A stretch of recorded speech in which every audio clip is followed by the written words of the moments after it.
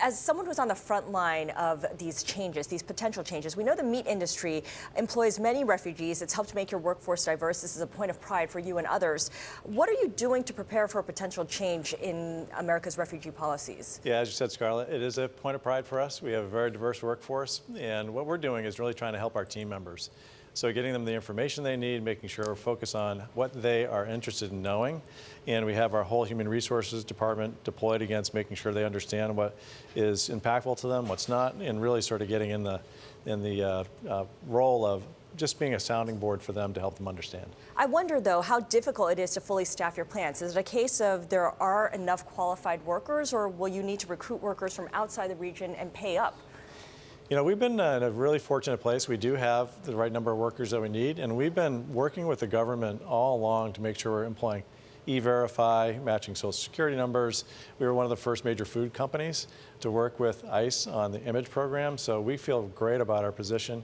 We have, certainly some turnover in our plants, so we have to continuously be diligent against, but we're really happy about how we've been able to staff our plants. One of the criticisms of Donald Trump's positions on immigration and the idea that he's going to be finding undocumented immigrants, deporting them, there's this idea, pushback that is, if these people leave our workforce, the jobs that they are currently occupying, the lower wage jobs, are not going to be ones that will be filled by citizens, by the rest of the workforce that is unemployed. Do you see that as being the case, or is there a supply that could fill that vacancy?